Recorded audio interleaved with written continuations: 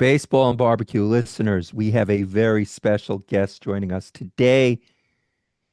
He's got to be one of the most passionate people in the world of barbecue. He's the pitmaster behind the award-winning Bullhorn BBQ team out of Texas. He and his crew are known for incredible food, a whole lot of fun, and even winning the best party at the American Royal 3 years in a row. I certainly want to know about that one.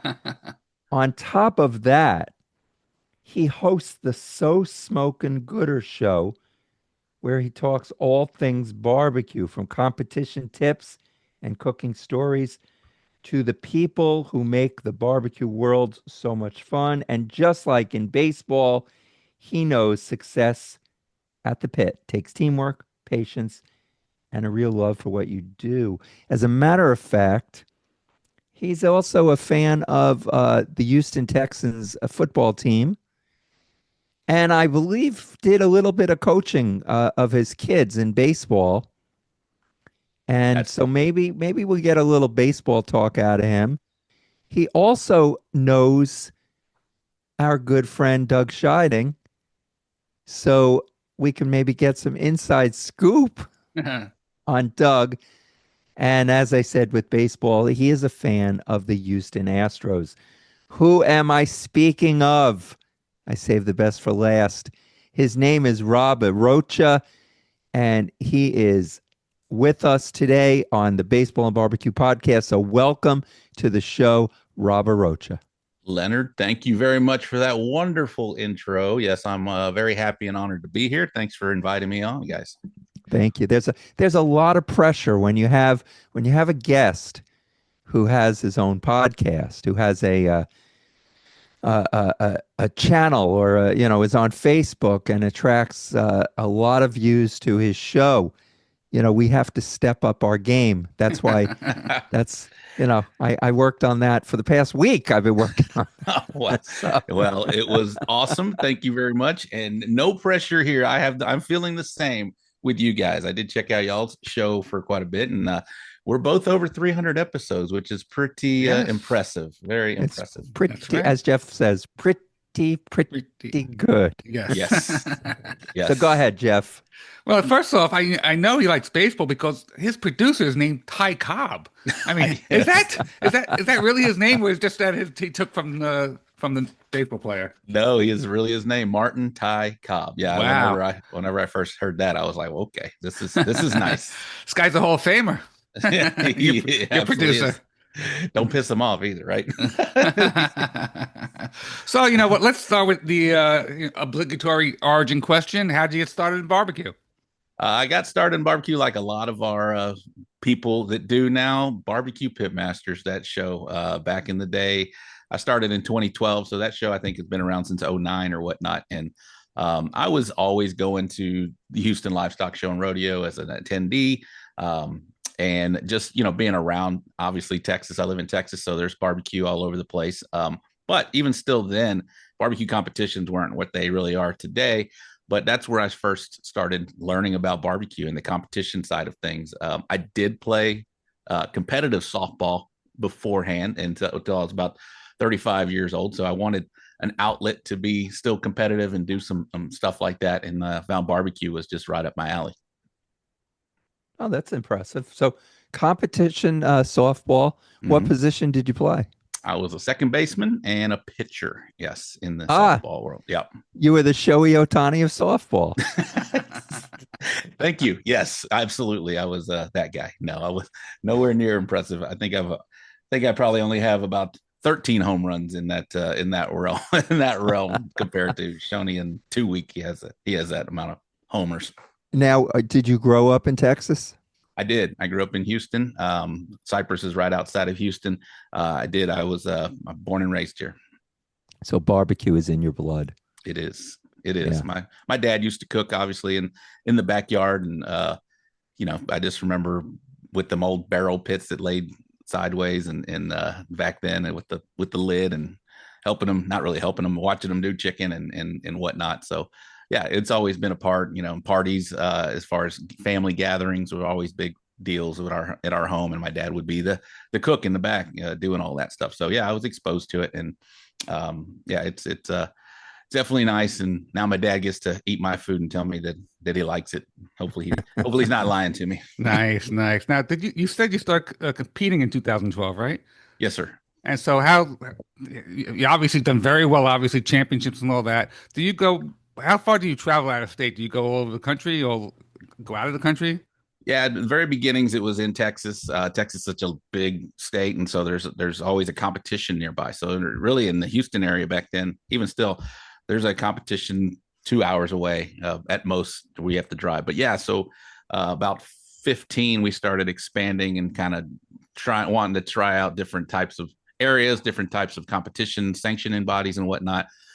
16, we did our very first American Royal. So that was one. So that's the furthest north that we've been out. We've gone into Louisiana, Mississippi, Georgia, but yeah, Kansas City is about as furthest north as we've traveled up. American Royale, yeah, it's it must have been some time, some experience going there for the first time. And you must have been back, several times, obviously, but that first time is nothing like the first time, right? First time, and I've always said this, my very first KCBS, my very first 4 KCBS events were at the American Royal. Do not recommend that. Try to get some different KCBS events in your under your belt before you go up there. And with that one, that is the granddaddy of all barbecue, and 400 plus teams out there. It's definitely was intimidating, eye opening, but just overall, it was a great experience that first time. Now, did my research. No, I know the answer to this, and I thought it was very interesting. The name Bullhorn BBQ, how'd it come about? We were tailgaters. So you mentioned Texans tailgaters. We were big tailgaters. And once the Texans became a team in 2002, we immediately became a tailgate team.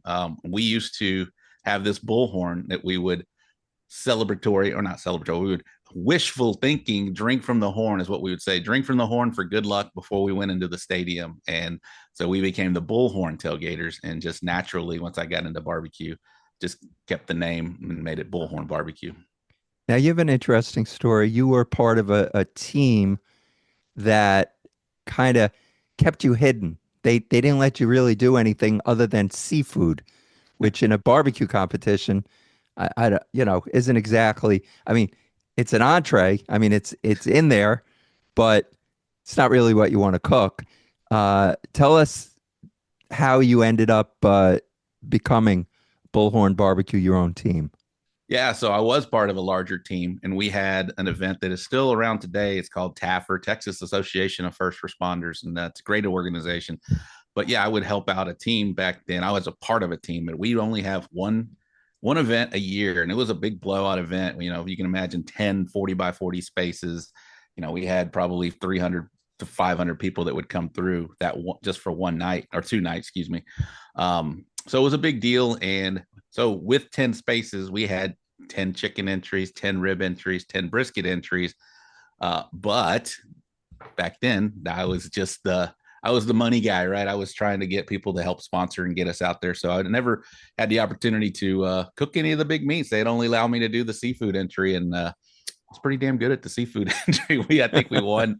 It was a joke because we called it the Robbie G's cream jelly peppers, award winning because they would always win. And so fast forward to 2012. I guess this was about 09 ish, 010. And then fast forward to 2012, we competed against that team and did well. We've been doing well since. So that's how I got my start there. Rob, Jeff loves cooking chicken. It is. Yes. When people ask him, I don't know if he mentioned it before we were recording, when people ask him, what's one of your favorite things to cook? Jeff cooks chicken. Rob is known for his chicken. Like number one for chicken, right? Rob, you can flap your wings, toot your own horn. I don't know.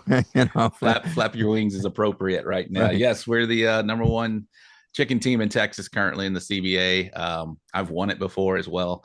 Chicken is, for whatever reason, just one of our go-to events. Me and my wife Diana, we've had a great recipe with chicken, and we had great processes with chicken, and it's evolved because there's now, back then it was just a half chicken. Now you can turn in a half chicken. You can do chicken thighs. You can do chicken wings here in Texas. So, but yeah, we've still stayed ahead of the curve, and right now we're still leading.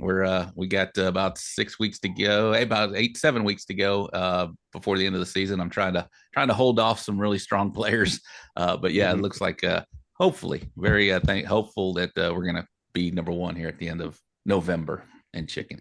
Len, I'm looking at his Instagram page, and I see he's cooking chicken in a barrel cooker. So, Rob, what type of barrel cooker is that? That is a Gateway drum smoker. I've been cooking with that thing for, I don't know, probably 3-4 seasons now. Love them. They're great. They're very portable. They are quick, hot and fast. You got your charcoal down in the bottom, lump charcoal, and it burns well. It puts a good flavor on the chicken. The juices are still coming off it and back up into it. So it's to me, drum smoker is perfect for chicken. Yeah. Rob, what's your weakest meat? Weakest meat, embarrassing to say, being in Texas, is brisket right now, but it is on the come up. Yeah, ribs and pork have also done very well there.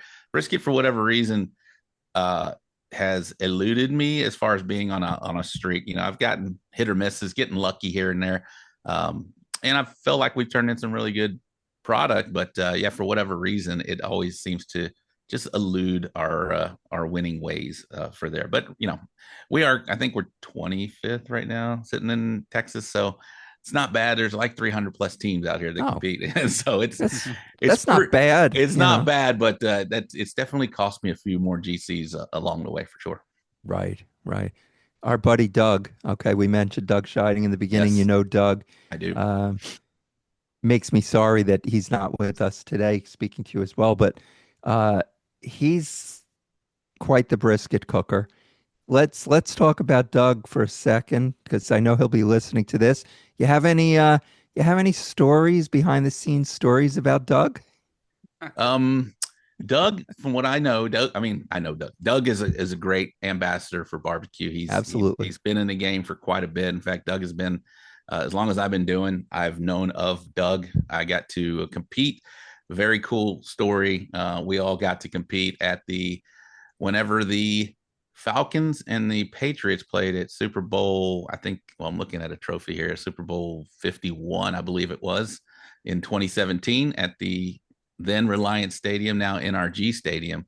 There were 15 hand-selected teams that got the privilege to go and compete at the Super Bowl in a contest. And at the time, we also had to feed a large Super Bowl party with Zach Brown Band was the main draw for that. But yeah, we competed against Doug and his team Traeger back then, and Doug's just a great guy. He really is. He's just he's easy to talk to. He'll tell you anything that you ask him. I just love the guy. He's always been good to me, and I hope he feels the same way. I'm sure he does. Yeah, I'm sure he does. He's probably blushing right now and hearing this. So and now you are a big sports fan, so you're big. Once in a while we'll have football somehow on the show. I mean, we had it was the center for Nick Mangold. Nick Mangold, he was the center nice. for the Jets. He has a barbecue sauce, so he came on. Right. Oh, so cool. He came on. But we'll skip the Texans. Actually, well, when this comes out, I don't know if their record will be better. It will be different. They are 2-3 now. They've won 2 in a row, so they are on the upswing, right? The Texans. They are. It's okay. So it won't be too long. Jeff just alerted me that it's coming out in just a few days. So that's perfect. Nice. So they will still be 2 on the day this is released, unless they play Thursday night or Saturday. They have a bye. Oh, they have a bye. They will still be 2-3. Yes, they'll still be 2-3. But I'll tell you who along with our beloved Mets, won't be doing anything in the next few weeks, and that is the Houston Astros, which they were making a run of it this season. So let's make a turn right now and talk a little Houston Astros baseball. What happened, Rob? I'd love to talk Astros ball with you guys.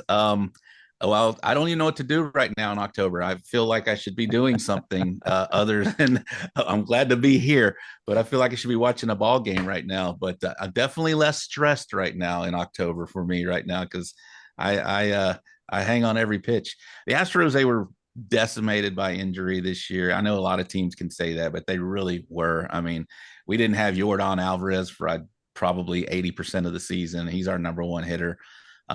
We got Paredes in the Kyle Tucker trade, and he was doing really well for us, and he got hurt for a 2 month period.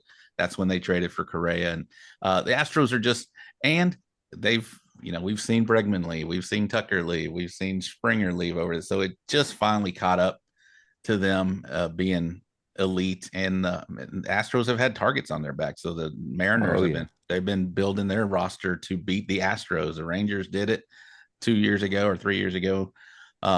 So teams have really just kind of built their team to beat the Houston Astros, and the Astros kind of faltered this year, and they were in it up until the very end. I think they were eliminated on the second to last day of the season, and hats off to them. It was tough. I couldn't believe how they were doing it, mainly because the Mariners struggled for most of the year until the last 2 weeks of the season. So that's how they stayed in first place. But yeah, to hold them off for that long, it's been a great run. Since 2016, they've been in the playoffs. So they've had, 7 ALCS appearances, 2 World Series victories. We lost to Atlanta at one point, and Washington. So 4 World Series appearances in this run. It's been amazing, and I know about the old 2017 scandal, but that's long gone. They've definitely proven that they are an elite franchise, and I really expect them to bounce back and retool and get back in the playoffs again next year. They won a championship with Dusty Baker, who he's that they were doing things right with Dusty as the manager. That was so yeah. Back to the whole scandal and whatever, that is over. Although there are some people, Yankee fans especially, who probably will never let. They will never until I don't even know if after Altuve retires will they drop it. But to me, it adds fuel for the Astros and Yankees. Is it a rivalry when we own them every playoff series that we play them? But it's fun. It is fun. I love being in the American League. I remember when the Astros went from the National League to the American League, I was like, oh my God, we're going to lose the Cubs rivalry. We're going to lose the Cardinals rivalry. These rivalries in the American League have they've been a lot of fun. And obviously the Astros are a good baseball team since they've been in the American League. Well, they struggled for quite a few years before that, but lately they've been a really strong team. It's just, of course you have, the classic franchises like the Red Sox and Yankees. And, it's just been for me, I've enjoyed the American League. I do miss the National League, some of the stuff, but for sure the American League. Leonard, could you imagine, being in the championship series 7 years in a row, 4 World Series appearances and 2 World Series victories? We're still waiting to get back since 1986. It's gonna be 40 years. We're spoiled. We know it. We're definitely spoiled. And I can tell by the amount of messages from my friends that aren't Astros fans that they all had to chime in whenever they got eliminated. I had a flood of messages, and I was just like, all right, well, it's been a good run. What can I say? It was fun. Well, Jeff, we got back to the World Series. We did. 2000. We haven't won in but 40 years. But we had to play. We had to play against the Yankees, and that was, Rob, what about Jose Altuve? You think it was this? I mean, this was not an Altuve season. I mean, an average player would relish a season like he had, sure, but it's not an Altuve season. No, it's definitely being somebody that watches basically every Astros game. It's definitely I can see it kind of coming last year. But he still had a really good season for a second baseman, or if that's where they want to continue to play him, which I don't understand why they moved him out of second to begin with. But for him, he would tell you it's an off year, and Altuve still has a few years left in him, and he's still going to be a very main contributor to this team. Whatever they do going forward, I do think that he's what, 35 years old now. It's coming. It's you know, he's getting towards the end of his career, and he's been an elite ball player, MVP, just a stud hitter. He's, in my mind, I feel it's quite comical when I hear it is Altuve a Hall of Fame player, and there's a lot of detractors. I'm just like, look at the stats. He's walking into the Hall of Fame. Yeah, exactly. But it's just the haters of the Astros that are just like, no way. But yeah, he's 5'6" at best.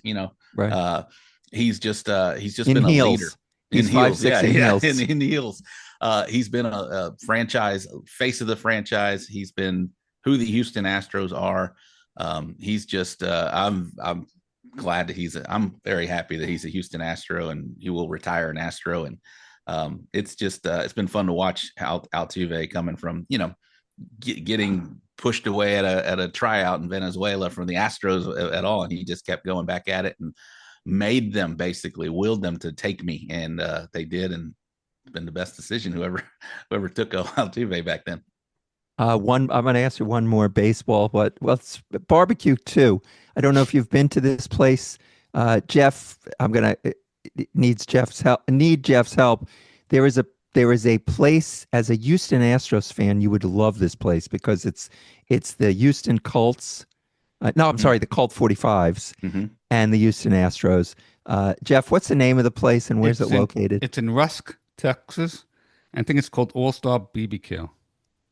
I have not been there. No. Yeah. I must put it on my map. Yes. We all had Houston Astros memorabilia all over the place. Oh, wow. Yeah. Very nice. Yeah. Very nice. I've been, like I mentioned, been a Houstonian forever. I remember the 86 Astro Mets series. That broke my heart. I was in high school at the time, and I think they had like a 3:00 game and we couldn't watch it. But that was like the 16-inning game or whatever it was. I was telling Jeff, I said, the Mets broke my heart back then. They broke my heart one time. I know they're still breaking y'all's hearts at the moment. Oh, yeah.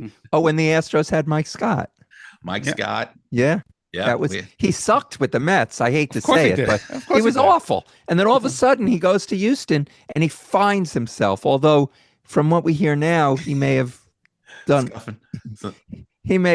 doing a little something with the baseball, but whatever. He got away with it, whatever. Yeah. Him. We had Nolan Ryan. That was just he was also in the Mets, of course. Yeah, he was okay. Yeah, he's okay. He started with the Mets, I believe. Yes, he did. Yes, he did. But he wanted to do well, so he left the Mets. No, he won his only World Series with the Mets, so there's that. Yeah, that is true. He didn't pitch any no-hitters with the Mets. Of course not. Right? He had, what do you have, 7 no-hitters? 7 no-hitters, yes. Yeah. So it's funny because for one, Nolan Ryan, not a phenomenal pitcher. For one game, you might want him on the mound, right? He's for a big game, but not for his career. You know what I mean? Yeah. He had a incredible Hall of Fame career with the 7 no-hitters and all that, but he did walk a lot of guys. There was a crazy stat. Like he's got 7 no-hitters. I think, I don't know the amount of 1-hitters and 12 1-hitters and 2. Yeah, he was. Yeah. No Cy Youngs. No Cy Youngs. Exactly. It's a crazy stat. Yes. So Rob, I'm going to bring it back to barbecue. I want to ask you about the So Smoking Gooder show. How long have you been doing that? And it's exclusively on Facebook? It's on Facebook and YouTube. I really appreciate what you guys do with the podcasting. It's something that I should probably start doing just for keeping recording, but the edits and all that take a little more time. It's just easier to hit play and go. But yeah, Facebook, YouTube, we've been doing it since 2017. It was something that I saw I was out competing each and every weekend with some of these really great people, these great barbecuers and just really fine people. And there was nothing like this that showcased these guys. And so Texas guys mainly is what I was talking about. And so we decided, me and my buddy Case Hahn back in the day decided to start a podcast show, or basically we called it a live show. We did a live show, and we've been doing it. We started in 17, not pretty much weekly like we are now, but we're up to, I think 325 episodes. And it's just been great. It's something our main goal to start it was to really just kind of highlight and showcase these people that are out there doing it that mainly wouldn't get a platform or show like that to be talked about. And so that was a mission then. It's still what we do now, and it's just been a lot of fun for me. It's opened some doors for me. We love doing the show and talking barbecue with just people. It's just fun. Yeah, it seems like you do having fun. Your guests are having fun. So Mm-hmm. I've checked a couple of them out. They're just, Thank you. you have a great rapport with them, and I love your setup back there too. You have a great background there. You've your neon lights going on, Bullhorn BBQ back there. I can So thank it's my just wife terrific. for that. She did a great job decorating the studio. And The it's not really a studio, studio. right? It's my home office. It's nice. Yes. You started a little before us. We started in 2018, Okay, nice. actually, right, Jeff? 2018 is when we. December 2017, but we'll let it Oh, go. oh, seven. I like Oh, it. my We'll let it mistake. go. We're Oh, both yeah. 17ers. I like it. We're both 17ers. Yeah. Right. That's right. I didn't math correctly. Yeah, the math. Right. We've been doing this. We're in our 8th year. So, Yeah. but it's not about us. Right. It's about you. You're the guest. We should know that. I love it. But yeah. So when I was doing the research and I saw that you had the podcast, Mm-hmm. and there are a lot of barbecue podcasts, but I started listening to some of your episodes, Mm-hmm. and I really enjoyed it. But it's not being released in podcast format, like you said, Mm-hmm. but you've got the live on Facebook. Yes. Yeah, you can check out every show on YouTube and Facebook. Even some of our very first ones, obviously, the internet is forever apparently, and Mhm. they're all out there. Yeah, we've shown great improvement since those very first ones and now, but I appreciate y'all saying that y'all have listened to it and you like it. It's something that we just try to kind of be innovative as far as, we've introduced this thing called a Rate My Box to where guys can send in their boxes, and we will, as a group, we call the people that watch our show the Gooder Gang, and we will, as a group, present a box and give it a score, of just an appearance score, right? So it's really, we've talked to event reps and head judges around, and they say that since y'all started that, we started it probably about 3 years ago, that they have noticed a drastic improvement on the presentation of people's boxes. And people have told me, hey, I really enjoy that. This is something that gives me ideas and whatnot. And so it's just another thing of the show. I feel like it helps people. And, we say on the show, shut up and listen. And you're going to, if you just listen, you're going to pick up something that'll help your game. It's not going to be earth shattering or something, but these little tweaks and deals, really, the details are really where it's all about in competition barbecue, because the competition level is so tight. I mean, there's really a lot of good teams out there, and there's a lot of great information out there. And so if you just pick up maybe one or two things that'll help your game, then you'll see some score movement, definitely some improvement. I gotta tell you, Rob, we found out about you of a listener of ours who wrote into us and said you should get this guy Rob Arocha on the show from Bullhorn BBQ. And I said, so that's when I went looking for you, looking how I can get in contact with you. So yeah, that was a recommendation from a listener of ours. So that's, all right, awesome, that's great. Good for him. Thank you, Braden. He's a loyal listener to the show. Now, how do you get when you get your guest? Is there anybody who you wanted to get on that you couldn't, or someone who really surprised you and you were able to get on? Yeah, there's some people that I have reached out to that really they don't do them, or they didn't, I don't know, give us the time to do it. But yeah, there's been a handful that we've had. The producer from Barbecue USA, I would love to get to one of the show hosts on there. Yeah. But yeah, and we've just off the top of my head, we've had quite a few people that are great, that are big. Darren Worth has been one. Rod Gray has been a guest of ours. We've had Texas legends. All our Texas people have been on, and they're legends in their own right. We do the Mount Rushmore segment on our deal, and a lot of people mention Bill Purvis.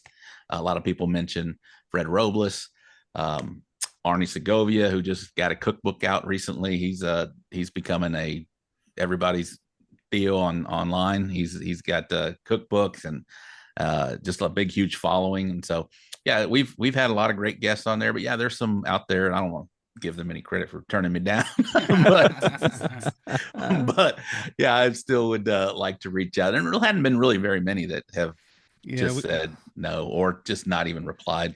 yeah, no, we've had our share as well, and but we did get. I was really surprised that we did get John Marcus from the Oh Barbecue yeah, yeah, Pitmasters. So that was a yes. we actually met him at an event, and that was just fantastic. So That guy has spawned so many barbecue teams. I right, hope hasn't he? I hope he knows that. I'm sure Yeah, he does. But Oh yeah. Well, that's one of the reasons I he's in the Barbecue Hall of Fame. That yes, show, yeah. it's unbelievable. Yeah, we had him on the show, and then we met him at this event. It's called Pig Beach Mm.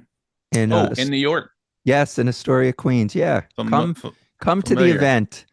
Love to see you there. Yeah, that's a looks like a lot of fun. I've seen it. Yeah, Amazing. It's uh, Joe Joey Machado out of Texas. He is up there. he's been there. Yes, Yeah, he's been there from Texas Original Charcoal. yes. He's definitely been there. He's a really good friend of mine. He's a real close personal friend of mine. And in fact, we went to his daughter's wedding this past couple months back. oh, But yeah, I know he's been there, and it just looks like a lot of fun. I need to jump in his truck when he goes Yeah. back up. you should, and we would love to meet you in person. Absolutely. But and as Jeff was talking about guests and stuff. Doing this show, I'm Mhm. sure, same with you. It could become a full-time job. Mhm. I mean, you could love it, but it really can become a full-time job. The booking, the putting it out there, The doing the research. research, Yeah. Mhm. you Yeah. know, all of that. And it's great because as we're doing it, the more you do it, the busier you get, Yes. and it's amazing how many, like we had this listener, Jeff, say his name again, Braden.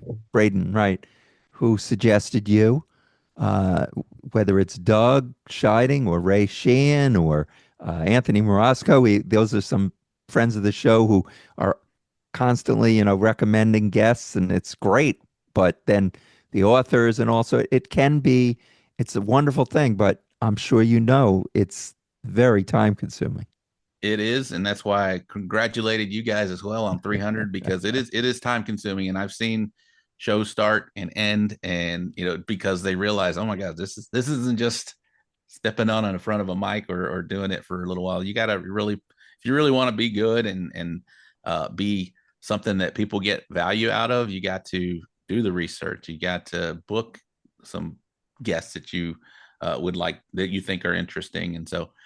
I did have a co-host for a long time, and he got a young child, and so he was just like he couldn't take the time to do it. So I started doing special co-host where I would invite a co-host, and then I would actually ask them, "Hey, in your network that I don't really have, why don't you think of somebody that you think would be really entertaining for the Gooder Gang, right?" And so that's kind of where I'm at right now, and so it does. I still have big hand in that in booking, but it is nice to put a little bit on somebody. Hey, I'd love for you to be my co-host, but hey, look in your network and see who you think would be entertaining, maybe who hasn't been on the show before.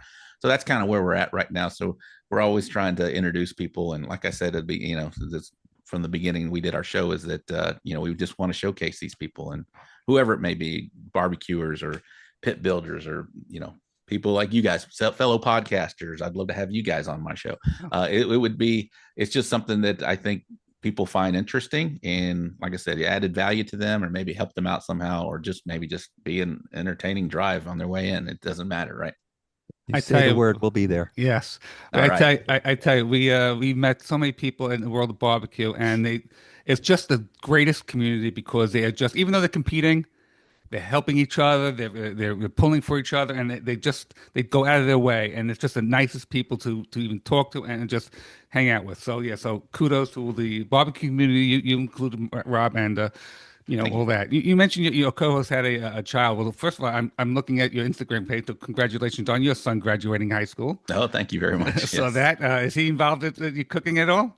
My son is actually the inaugural junior champion at the Houston Livestock Show and Rodeo. Oh, He in 2012, and I'm sorry, 2020, he was 12 years old, and he won the very first Houston Livestock Show and Rodeo Barbecue Cook-Off. So now that event is 5 years, 6 years in, and it's grown. But yeah, my son Evan was the very first inaugural winner, and so he will always be the inaugural winner of the Houston Livestock Show and Junior Championship. So yeah, they're no longer big time barbecue kids. They're one is 16, and the other is 18, and so they're definitely outgrown it. But I know for a fact that they have learned because they can cook some food, and so that to me as a father, that's definitely something that I love that they are going to be able to hopefully no time soon when they venture away from the nest, they're definitely going to be able to feed themselves and cook some food and maybe impress their friends. I mean, they already cook for their friends now. So it's something that they love to do. They love to entertain their friends, and they love to,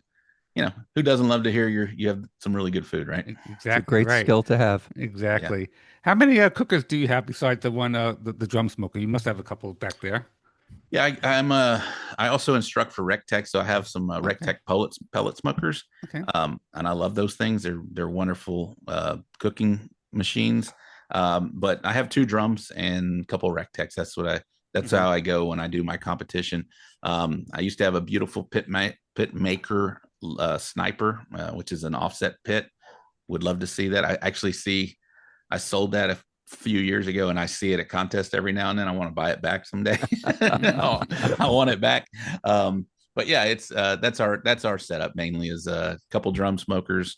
We also have a little small gateway. They call it a go-to. It's really tiny. We do some chicken wings on it. I do my pork on it actually. And so yeah, it's 2 drums and basically a RecTech. And want to know what's your go-to rubs for your chicken or anything you make? You have a certain rub that you like? Well, I'm mixing my own chicken rub. I'm trying to look into maybe sell it down the line. It's just something that I haven't really put a lot of time and effort into it, but my buddies, they asked me for it. Hey, can you mix this up for me? But yeah, I love supporting my friends. Bill Purvis has some good rubs out there. I love the slaps rubs that you can find. Let's see who else mainly do we use out there. Yeah, that's. I see you use Cosmos on you put on Instagram. My goodness, thank you for saying that. I would kick my butt if I didn't say Cosmos. I love Cosmos, and they are a huge supporter of ours, and they're huge in my arsenal. I couldn't think off the top of my head on that, but yeah, the Cosmos Q products, they're amazing. Not only they're in all my injections, they're in all my wraps.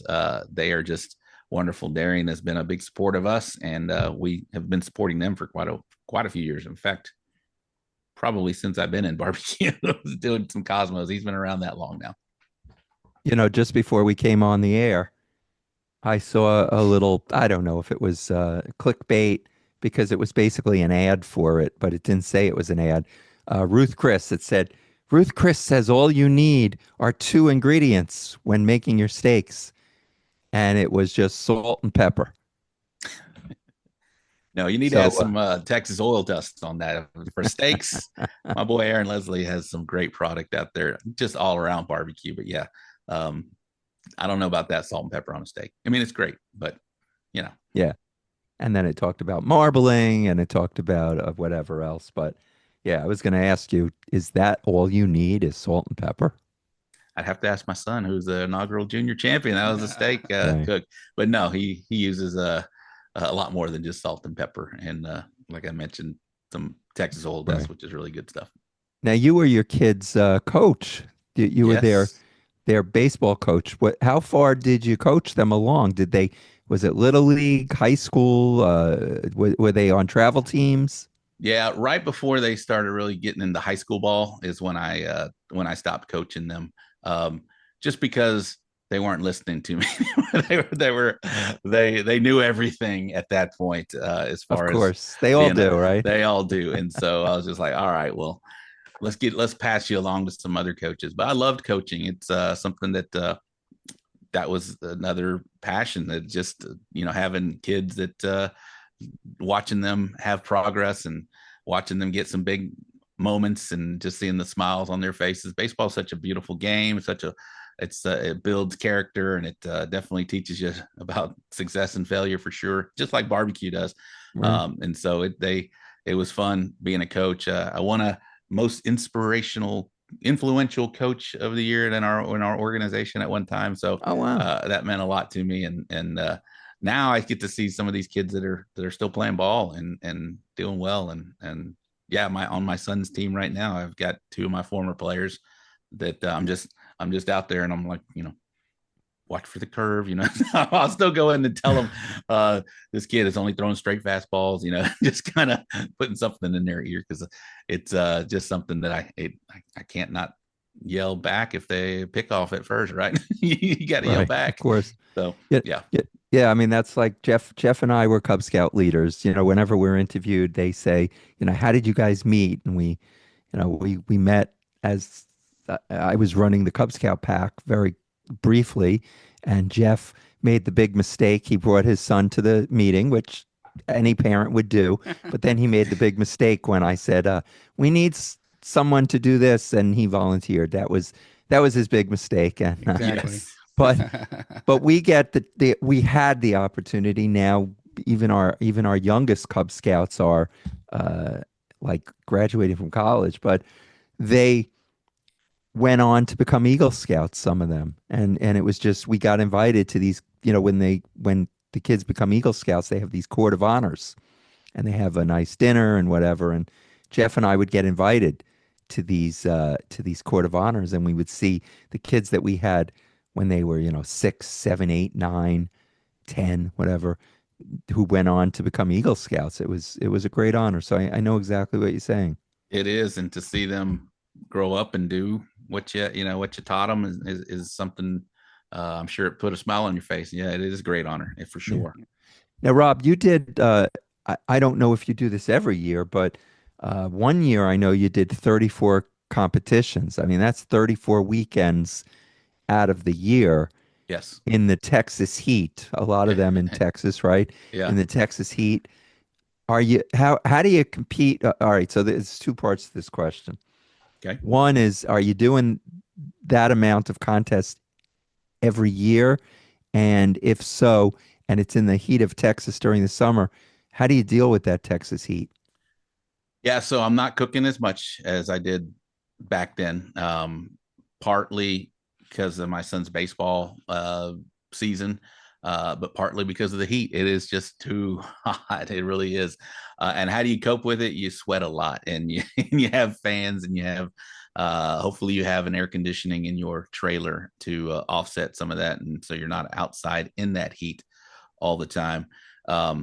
It is tough, but there are some guys that are just they're animals. They go out and compete each and every weekend, and you got to respect those teams that do that. I've just I still love to do it. I just those doing it that much and being away every weekend is tough. So yeah, I've purposely slowed down a little bit in my cooking. I don't know where I'm at right now. I think I'm only at 17 contests. Oh, Yeah. So only 17. right. Well, for me, that feels like Right. way down. I Exactly. mean, it's half It basically is. of what It's it was. half. Yeah. And so it's definitely, and I still got about, I don't know, probably before the end of November, I probably will hit maybe 3 more. Okay. So I'll probably end up around 20, which still sounds like a lot. That's almost every other weekend, in a week, in a year. But it does feel like I'm definitely taking some time away, Right. especially seeing some of my fellow competitors go out there and do it every weekend. Right. We are speaking to Rob Arocha of Bullhorn BBQ and the So Smokin' Gooder Show. Rob, before I turn you over to Jeff, who's, we've taken a lot of your time. We appreciate it. I Oh, can't believe how fast this went. Yeah, you're great. Thank you. But the competition that you won, that Did you freeze? He did. Okay. thus far, that you won't be satisfied until you grand champion, until you GC it. I think you said maybe. Can you repeat that? You did freeze up just a Yeah. second. Oh, I froze. Okay. Yeah. So, all right. The competition that winning meant the most to you, Okay. and the one that has eluded your grasp that you won't be happy until you GC it? Um, the one of my biggest walks, I would say, was having a first place rib at the San Antonio Rodeo in 2023. San Antonio Rodeo is the largest contest in Texas. It's where all the Texas bad boys and girls are playing. So it's definitely one that it's a feather in your hat for sure. So to get a big walk there was awesome. I finished third overall that year. That would be the one that I would love to win. I've obviously the American Royal and some of these, and even Houston Livestock Show and Rodeo have walked there as well. But San Antonio Rodeo, it just feels like, even though it's not regarded as a world championship, it has everything you need to be a world, including international teams and big, huge event. That would be one that has eluded me. I finished third overall. I've had 2 calls last year and or 2 near calls because I had a 11th rib and a 13th chicken, I believe, but they only called top 10 there. So it's just one that I would definitely love to win. And the other one, the one that you enjoyed, that you won, that you really enjoyed. Let's see some of these big ones that I won. Well, yeah, let me think here. I just love winning the big ones, the big attended ones. There's been Taffer, which had 200 and something teams out there. That was one. I think that's one that really propelled us as Bullhorn BBQ, because we won that kind of early on, and it's just something that really propelled us to continue doing this. Right, I think winning something like that at that moment and that big of a contest was something that has really just kept us going, and it's just fun to look back at that and to know we weren't who we are today, but we still had enough in us to win that one. And that's how the barbecue bug gets you. It gets you on early on, and then it just sticks with you. Well, Rob, this has been really enjoyable. We thank you so much for your time. Please tell us how people can get in touch with you, your social media, your podcast, so Smoking Gooder Show, and Yes, all sir. that. Please tell everybody how you can get in touch with you. Leonard, Jeff, thank you very much for having me. This has been wonderful. You guys have a great thing going here as well. How you can find me on all social media is Bullhorn BBQ, Bullhorn BBQ, on Instagram, Facebook, and then on So Smoking Gooder Show. You can search that. You can find the show on YouTube, Facebook, Instagram. We have and then on TikTok, we're kind of active on TikTok with all the youngins out there. We're trying to stay out there, right? Put our name out there. So you can find us on all of the social media platforms, Bullhorn BBQ and So Smoking Gooder Show. Jeff, I got to interrupt. I know you're rapping, but I just thought of it as Rob saying the So Smoking Gooder Show, and I was listening today, and I almost didn't ask him this question. How'd you get the name So Smoking Gooder? This is a kind of a funny story. I would have Bullhorn BBQ. My trailer had Bullhorn BBQ, and underneath we had a tagline, So Smoking Good. I just came up with that. I love So Smoking Good was what it was, a play on a bad word, right? So Smoking Good. And then my buddy Case, before we did this co-host thing, he didn't really want to get into cooking at all. And then he got the bug too. And so he's like, yeah, I'm just going to be Bullhorn 2, So Smoking Gooder. And so that was his tagline. And then when we started the show, I thought it was funny. And so we just decided to run with it. So Smoking Gooder Show. Gotcha. Okay. Thank you. It's certainly catchy. Rob, thank you very much. We will appreciate your time, and we will see you down the road.